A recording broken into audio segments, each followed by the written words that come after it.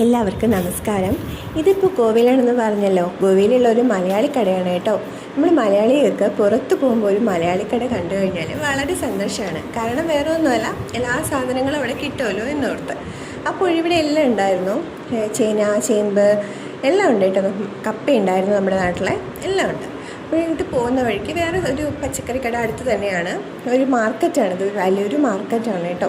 അപ്പോൾ ഇവിടെ നമ്മുടെ ചക്ക ഉണ്ടല്ലോ, ചക്ക ഇടിച്ചക്ക പരുവത്തിൽ എടുത്തിട്ട് അവർ സബ്ജി ഉണ്ടാക്കി ചപ്പാത്തിയോടൊക്കെ കഴിക്കും. വളരെ ടേസ്റ്റി ആയിട്ടുള്ള ഒന്നാണത്.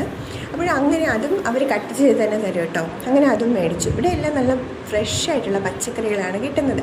അപ്പോൾ നമ്മുടെ നാട് പോലെയല്ല, നാട്ടിലെക്കാളും നല്ല ഫ്രഷ് ആയിട്ടുള്ളതും വെറൈറ്റി ആയിട്ടുള്ള പച്ചക്കറികൾ കിട്ടും കേട്ടോ. അപ്പോൾ ഞാൻ ഇപ്പോൾ എടുത്തു വച്ചിരിക്കുന്ന ഇത് നമ്മുടെ ക്യാബേജ് പോലത്തെ ഒരു ടേസ്റ്റുള്ള പച്ചക്കറി എന്നാണ് പറഞ്ഞത് കേട്ടോ. അപ്പോൾ അത് രണ്ടെണ്ണം മേടിച്ചു.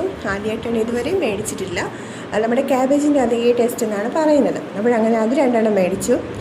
എല്ലാ പച്ചക്കറികളും ഒന്നിനൊന്ന് ഫ്രഷാണ്.